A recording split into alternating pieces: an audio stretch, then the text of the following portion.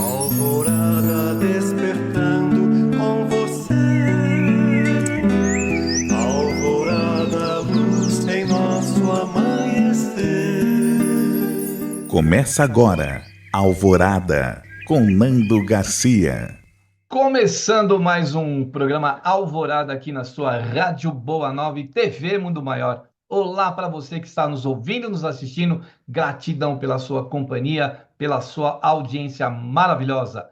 Um grande abraço também a toda a equipe da FEAL que está lá nos bastidores, trabalhando para chegar essa programação para você.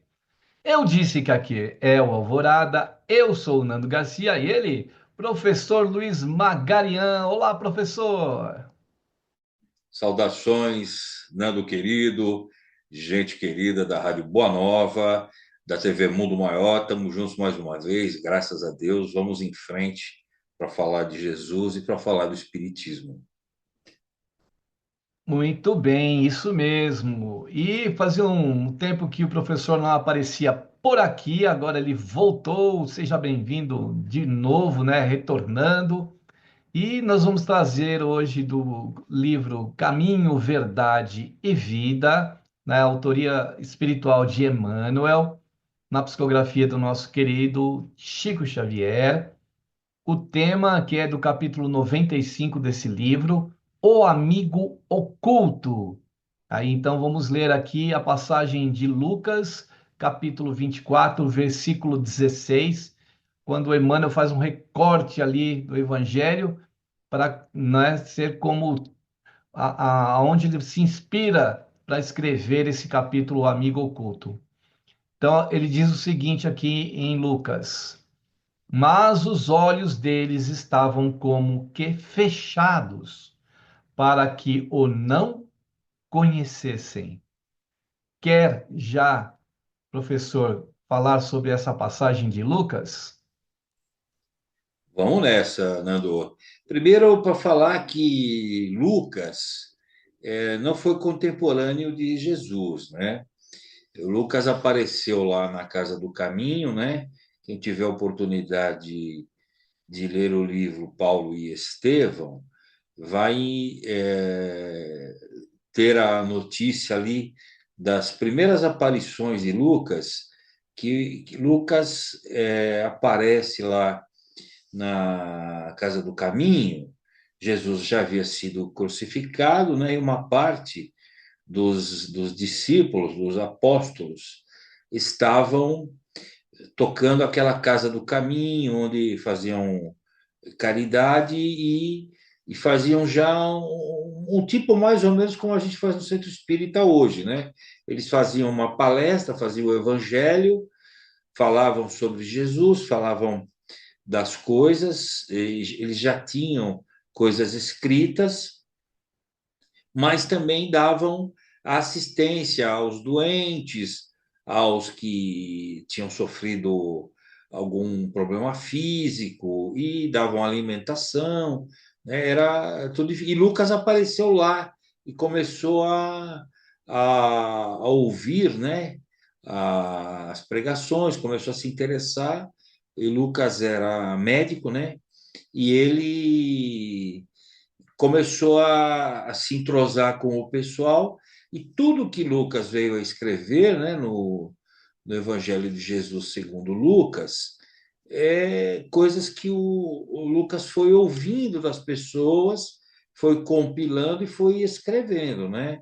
E ficou um evangelho muito bom, porque ele escrevia muito bem, porque ele tinha é, uma educação, tinha estudado, tinha uma intelectualização, né?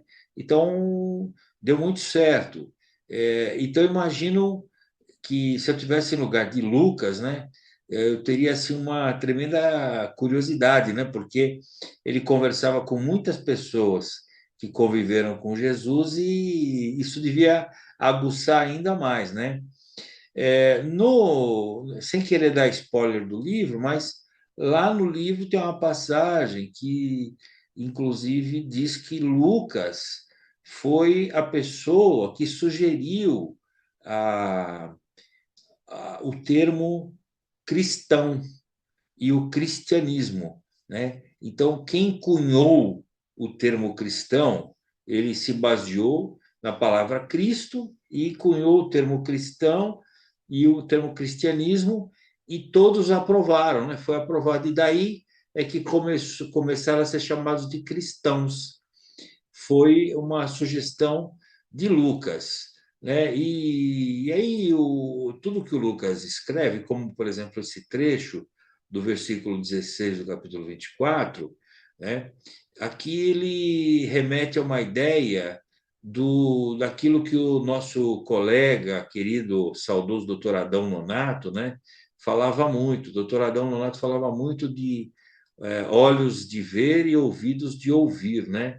E Lucas diz exatamente o seguinte: mas os olhos deles estavam como que fechados para que não o conhecessem, né? Então faltava, ele está se referindo que muitas pessoas estavam enxergando, mas não estavam vendo, né? É mais ou menos isso, né? Faltavam os olhos de ver, né? Então, quer dizer que para além de enxergar, né? Mas sim enxergar e interpretar e entender, né? Eu acho que aqui os nossos ouvintes, telespectadores, vão gostar muito da continuidade desse capítulo, porque ele permeia assim algo que dá para formatar um bom entendimento, viu, Nando? Você vai E- continuar, né? Claro. Isso. E o Emmanuel escreve então a respeito dessa questão dos olhos fechados aí, né? Que foram momentâneos, né? Então, ó, os discípulos a caminho de Emaus comentavam amargurado os acontecimentos terríveis do Calvário, né? Foi logo após a crucificação de Jesus que esses dois discípulos estavam a caminho lá de Emaus. E aí eles permaneciam sob a tormenta, né, da angústia, daquela passagem triste da ida de Jesus embora, e a dúvida penetrava-lhes a alma, levando-os ao abatimento, à negação. Então eles estavam totalmente ali, né, transtornados pelo que tinha acontecido, né? Um homem desconhecido, porém, alcançou-os na estrada. Oferecia o aspecto de mísero peregrino. Sem identificar-se, esclareceu as verdades da Escritura, exaltou a cruz e o sofrimento. Tudo isso estava nas Escrituras, né? Que aconteceriam, né? Tais episódios, né? E nas Escrituras poderia acontecer o quê? Consolo, né? Para aqueles espíritos. Dois espíritos que estavam ali, né? Encarnados a caminho de Emaus. Mas a gente vai saber, o professor vai comentar, que esse peregrino, que o desconhecido aqui, que o mísero peregrino que o Emmanuel coloca, quem era, né, professor? Exatamente, né? Por isso, o título do capítulo, né, que é O Amigo Oculto, ele é muito sugestivo, né? Porque, primeiro, né, Jesus é o grande amigo que não abandona amigo no meio do caminho, né? Isso é uma verdade, né? Muitas das pessoas que estão nos ouvindo e nos assistindo já devem ter tido muitas experiências com Jesus. E, muitas das vezes, quando tudo parece perdido e irremediável, né? E aí a pessoa ela mostra mais do que acreditar em Jesus, né? Ela mostra que confia em Jesus, né? Porque acreditar, todos nós acreditamos, todos nós somos que acreditamos, mas confiar é entregar-se, né? E deixar que Jesus opere aquilo que tiver que ser feito, né? E claro que às vezes o que tem que ser feito não é exatamente o que nós queremos que seja feito. E aqui mostra um momento, esse primeiro, esse segundo parágrafo e o terceiro, né? mas principalmente o primeiro e o segundo, no segundo, que fala assim: a dúvida penetrava-lhes a alma, levando-os ao abatimento, à negação. Então, aqui tem um bom exemplo da diferença entre acreditar e confiar, porque naquele momento que eles não contavam mais com a presença física de Jesus, a presença física de Jesus já não existia, eles sentiam um grande vazio, a falta da liderança, porque Jesus liderava aquela turma de apóstolos, né?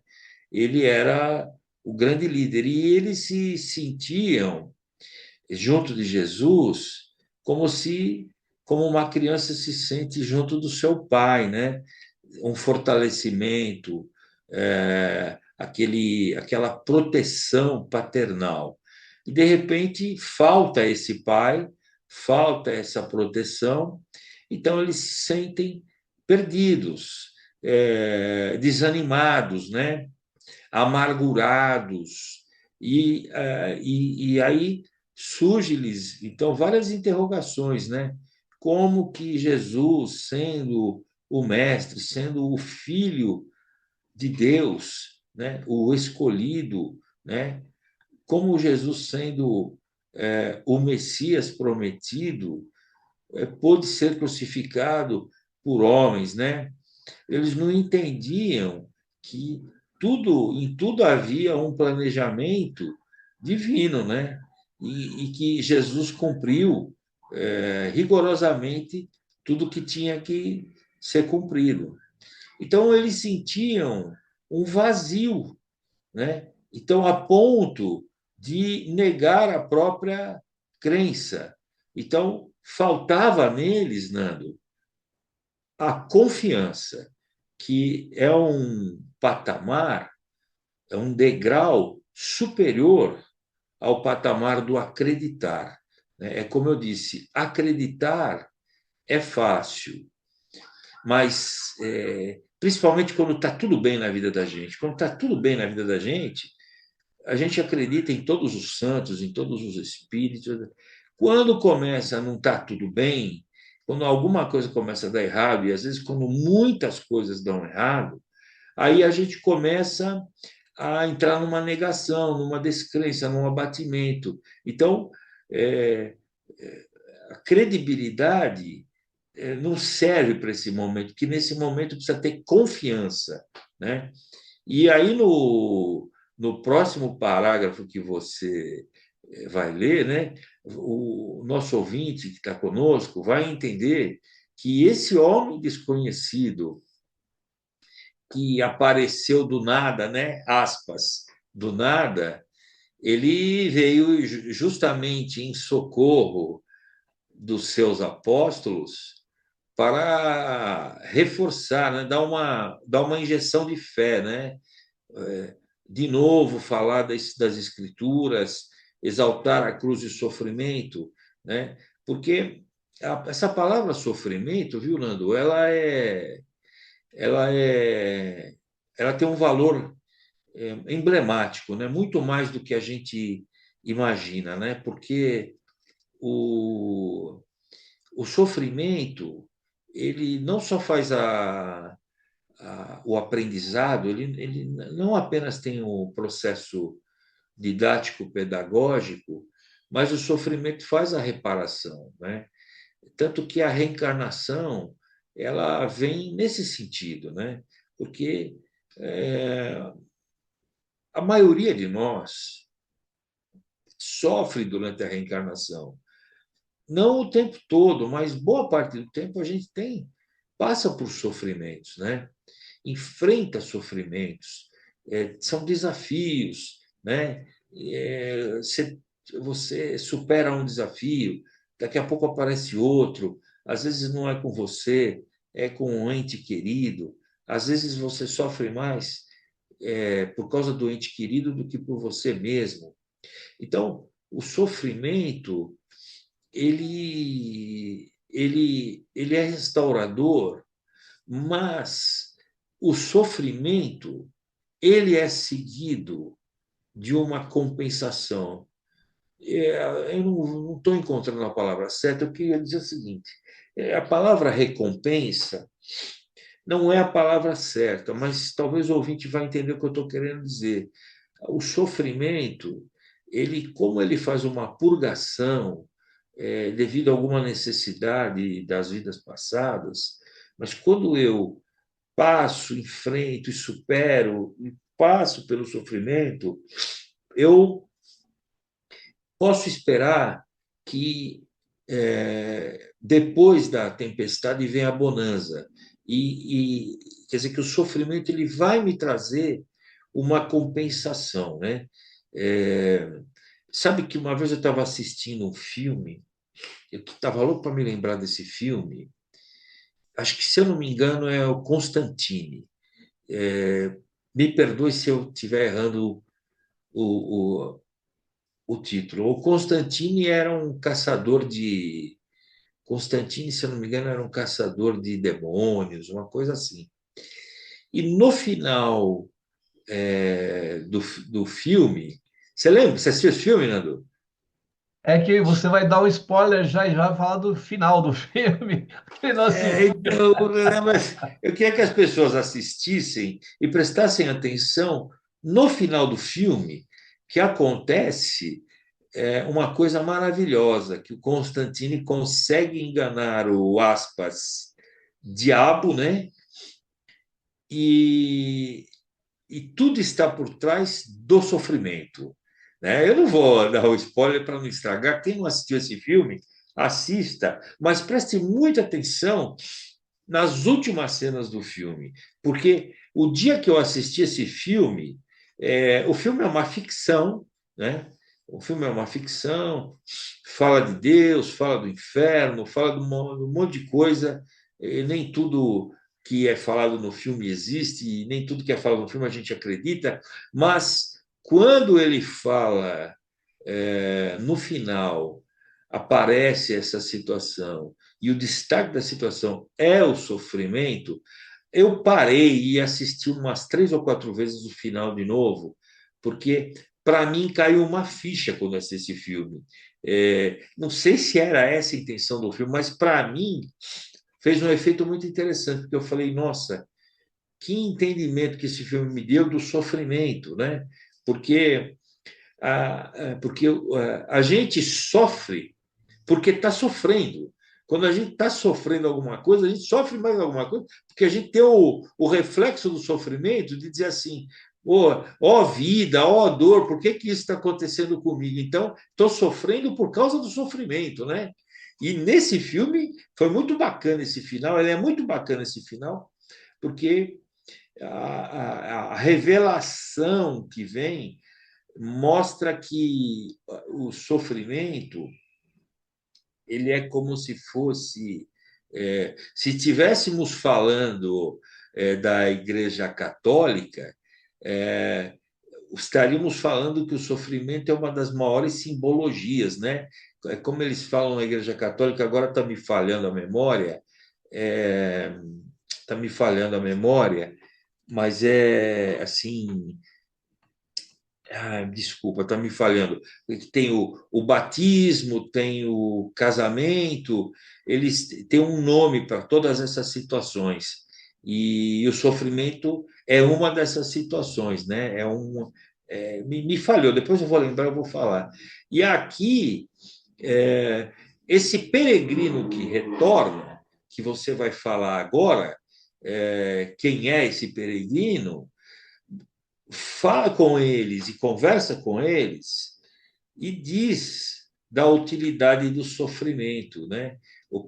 Qual é a representação do sofrimento? Porque se eu acredito em Deus e acredito que Deus é Senhor de bondade e é sempre bom, eu tenho que me lembrar que também Deus é um Senhor de justiça.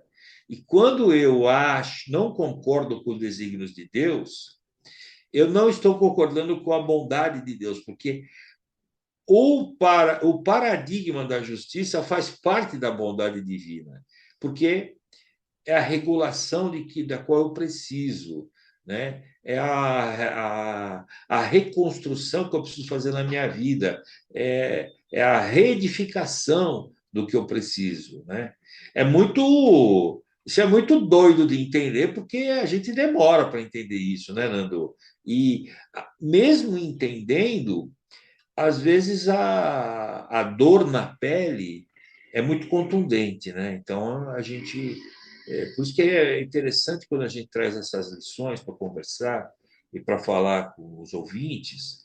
É interessante porque mexe um pouco, né, com a cabeça de todos e é uma oportunidade, né, dos ouvintes refletirem, né? Porque eu acho que os ouvintes, quando nos ouvem aqui, eles também podem se aprofundar na literatura, procurar mais informações e vão entender melhor. O Pentateuco por si só já seria suficiente, mas aqueles que puderem ler as obras de Kardec e, e as obras de André Luiz e as obras de Emmanuel já tem tudo, né?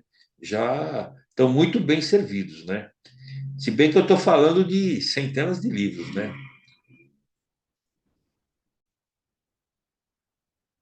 E aí, professor, como você falou do último parágrafo, eu já tinha lido, mas eu vou ler novamente para que as pessoas entendam quem seria esse mísero, né? Peregrino, ó, um homem desconhecido, porém alcançou-os na estrada, né? Falando daqueles que estavam indo para Emaús, aqueles dois discípulos. Oferecia o aspecto de mísero peregrino sem identificar-se. Esclareceu as verdades da Escritura, exaltou a cruz e o sofrimento. Ambos os companheiros que se haviam emaranhado no cipoal das contradições ingratas, né? Quando é aquela questão da negação, experimentaram um agradável bem-estar ouvindo a argumentação confortadora. Então, esse peregrino se aproximou deles e foi confortando eles, sem eles perceberem quem era, né? Porque era Jesus, né? Que tinha, né? Há pouco tempo sido né, crucificado, mas eles só vão notar isso mais lá na frente, né? Quando eles já estavam praticamente chegando no destino que eles estavam indo, que quem estava com eles era Jesus, né, professor?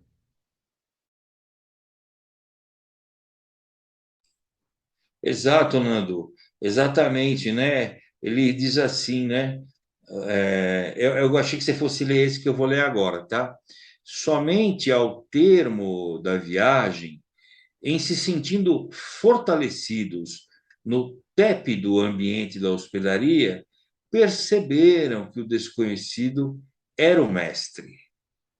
Quer dizer, só no final eles perceberam, porque certamente a aparência física que Jesus veio naquele momento de uma forma fluídica não foi suficiente para eles entenderem, né? Talvez, né? Como era Jesus estava materializado de uma forma fluídica, talvez propositadamente Jesus não apareceu com a aparência que eles conheciam. Jesus apareceu diferente para poder ter essa oportunidade de fazer a pregação que ele fez e para que eles viessem a se lembrar dele, né? Sem vê-lo, né? Mas lembrar por meio da mensagem. Eu acho que isso foi mais interessante, né? Porque o objetivo de Jesus certamente era revolver a memória deles e resgatar a, aquela energia que eles tinham até dias antes e novamente fortalecê-los, né? Novamente trazê-los à força do evangelho, né? Trazê-los à força daquela fé que eles tinham, né? Então, eu acho que as estratégias de Jesus são sempre surpreendentes, né? Porque ele vem como um amigo oculto, né? E ele trouxe aquela fala que eles precisavam ouvir, mas ele revolveu dentro deles a lembrança de Jesus. Como a dizer assim, puxa, nós tínhamos quase nos esquecido do mestre. Ele apareceu, quer dizer, foi uma injeção de rememorização, né? Uma injeção de energia. Isso é muito interessante, né? Agora, Nando, você quer que eu leia o próximo ou você lê aí, Nando? Eu leio, eu leio. Essa é a minha função aqui, é ler para você, para vocês comentarem. Olha, aqui ele fala que ainda existem aprendizes na estrada simbólica de Emaús, todos os dias. Atingem o evangelho e espantam-se em face dos sacrifícios necessários à eterna iluminação espiritual. Não entendem o ambiente divino da cruz e procuram paisagens mentais distantes. Entretanto, chega sempre um desconhecido que caminha ao lado dos que vacilam e fogem. Tem a forma de um viandante incompreendido, de um companheiro inesperado, de um velho generoso, de uma criança tímida. Sua voz é diferente das outras, seus esclarecimentos mais firmes, seus apelos mais doces.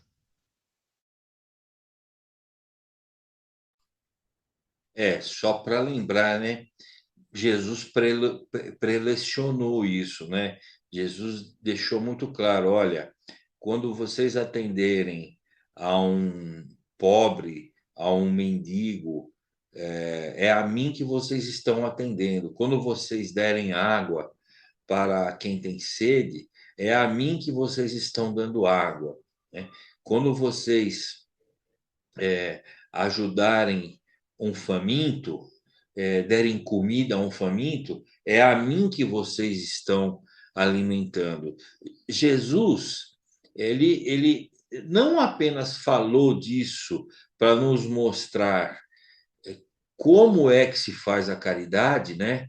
Ou seja, a caridade, quem faz a caridade pelos necessitados está exercendo o Sermão da Montanha, porque no Sermão da Montanha, né, Jesus fala das bem-aventuranças, e as bem-aventuranças, elas são diretrizes de condutas para exatamente atender os necessitados, os injustiçados, os famintos, os doentes, as crianças, os excluídos da sociedade, né? Aqueles que sofrem preconceitos.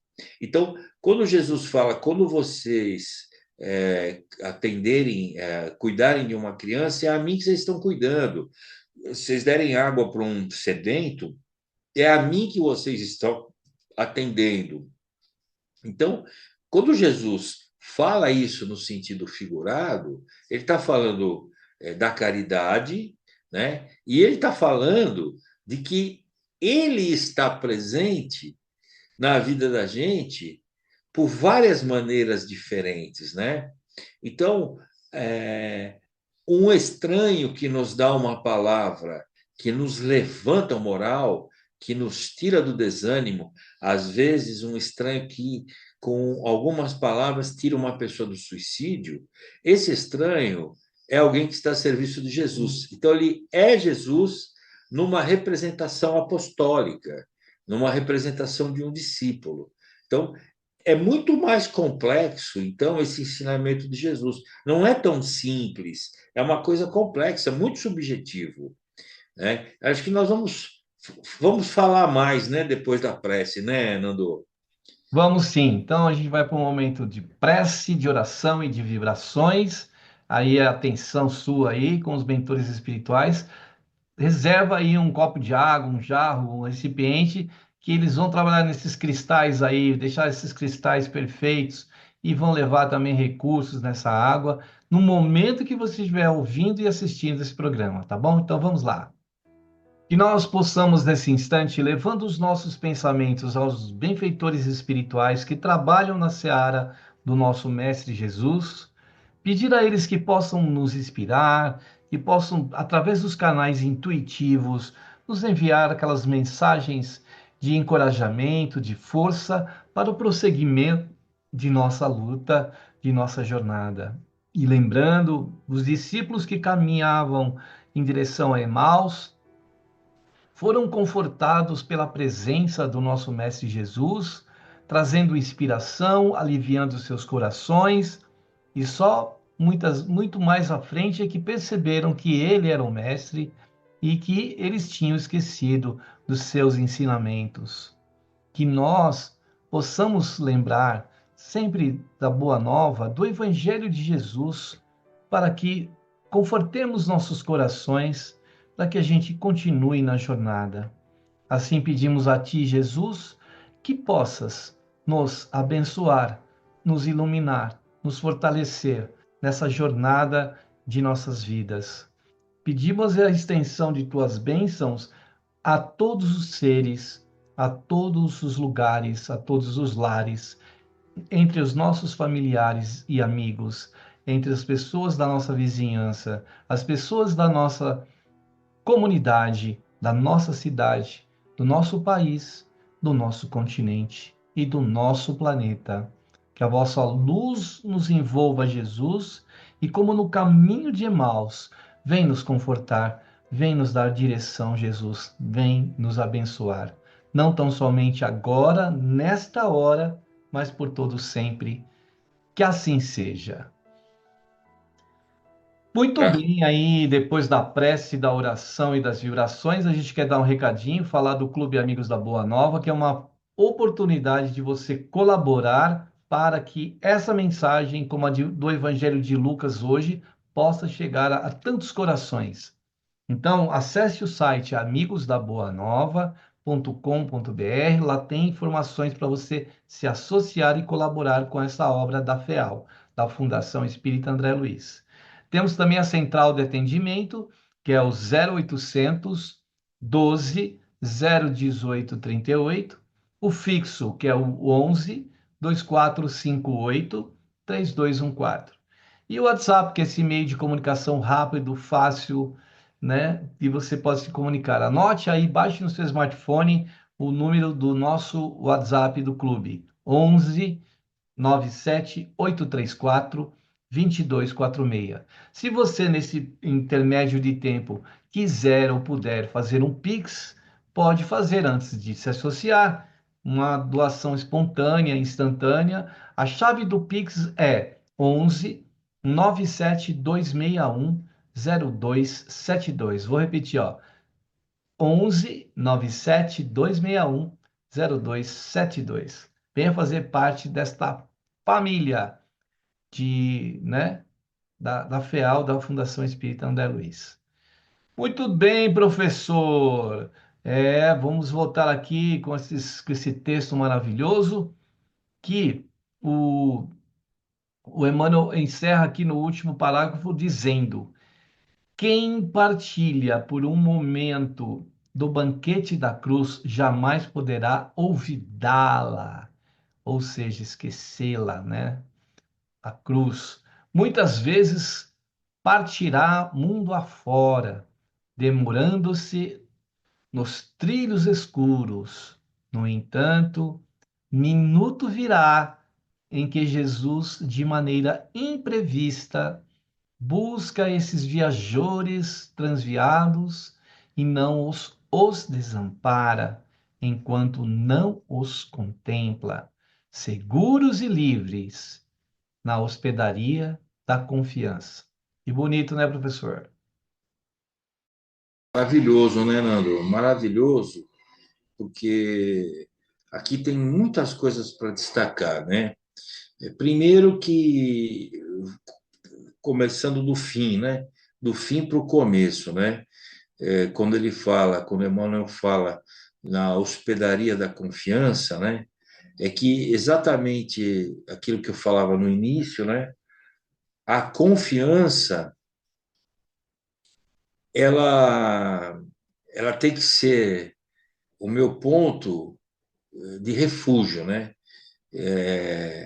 O meu porto seguro é confiar mesmo quando eu não, os motivos são antagônicos para que eu confie, né? Mesmo quando tudo me dá a impressão de que eu não tenho no que confiar, ainda assim, né?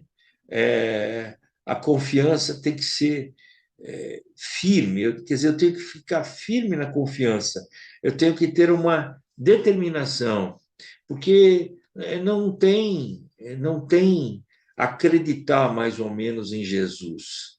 Não dá para confiar mais ou menos em Jesus, né? Ou confia ou não confia, né? Mas eu quero dizer para as pessoas que estão nos ouvindo, nos assistindo, que, veja, o que eu estou falando é um exercício para nós que muitas vezes é um exercício de futuro, é um exercício que a maioria de nós precisa fazer. Quando eu digo que eu não posso confiar mais ou menos em Jesus, ou eu confio ou eu não confio.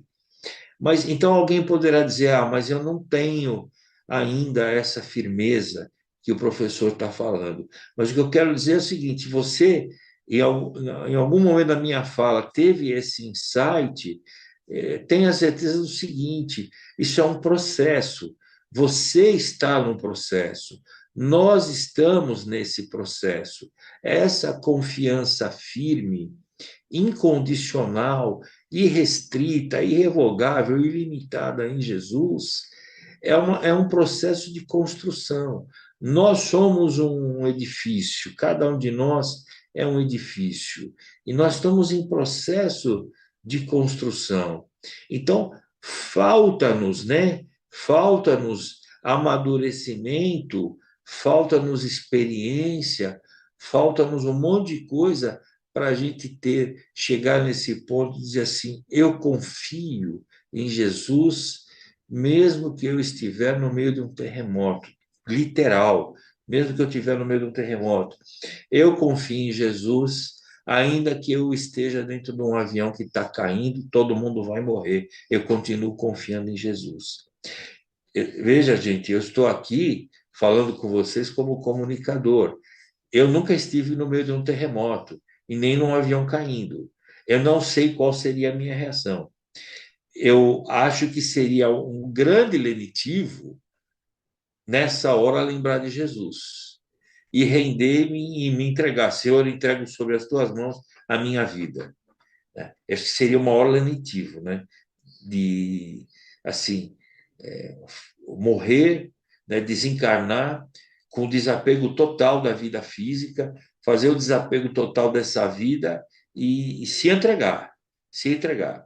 Mas, veja, eu estou falando de uma coisa aqui que é teoria, né, gente? Vocês que estão me ouvindo, assistindo a mim e o Nando, estão assistindo o nosso programa, saibam que eu estou falando na teoria, né? Esse é o meu desejo. Eu não sei se, né, se me acontecesse, se eu iria ter toda essa determinação, né?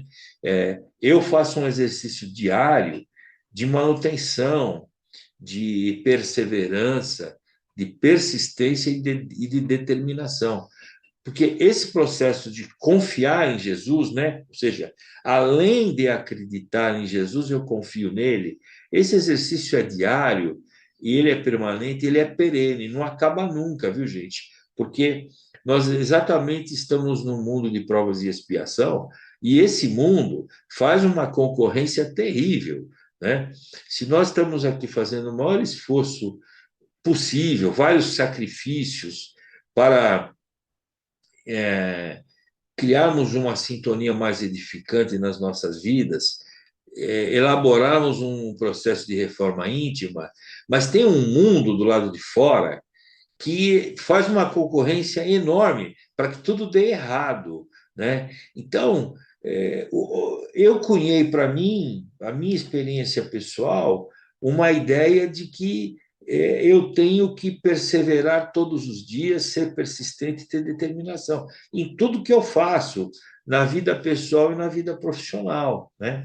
Então, é um mantra, né? É um mantra, é um protocolo de gestão. Quando eu me sinto desfalecendo, desmanchando e me prestes a me afundar, me chafurdar em algum passo errado, aquele desânimo, aquele momento que você começa a cair numa depressão, eu ligo esse mantra: perseverança, persistência e determinação, né? Perseverança, persistência e determinação. Eu acho que esse é o caminho de a gente reforçar, movimentar uma energia dentro da gente, falar assim, não, espera um pouquinho, eu, eu confio em Jesus, para além das missas que eu assisti nas igrejas, dos cultos que eu assisti é, nas congregações, dos evangelhos que eu assisti no centro espírita, ou, enfim, onde quer que eu tenha ido procurar meu Deus, para além disso, esse processo, ele chega um momento que ele não pode ser o externo, que vem de fora para mim. Eu preciso daquilo que vem de fora para mim. Eu preciso escutar uma boa palestra de um Divaldo Franco, de um Haroldo Dutra, de um Reinaldo Leite, que tem muitas palestras maravilhosas dele na internet, né? E a Delmar também faz as reprises do Dr. Reinaldo até hoje, né? Eu preciso ouvir Adão Nonato, as reprises do Adão Nonato. Então, eu preciso, né, desse externo que vem para mim. Mas, em algum momento, eu não posso viver só do externo, né? Você não poderá viver só do Nando Garcia e do professor Luiz Magalhães. Em algum momento, você tem que fazer uma revolução interior e dizer assim, não, mas eu preciso também movimentar de dentro para fora.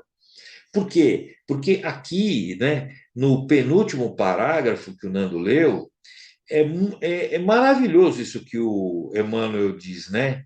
Tem a forma de um viandante incompreendido, de um companheiro inesperado, de um velho generoso, de uma criança tímida. Sua voz é diferente das outras, seus esclarecimentos mais firmes, seus apelos mais doces.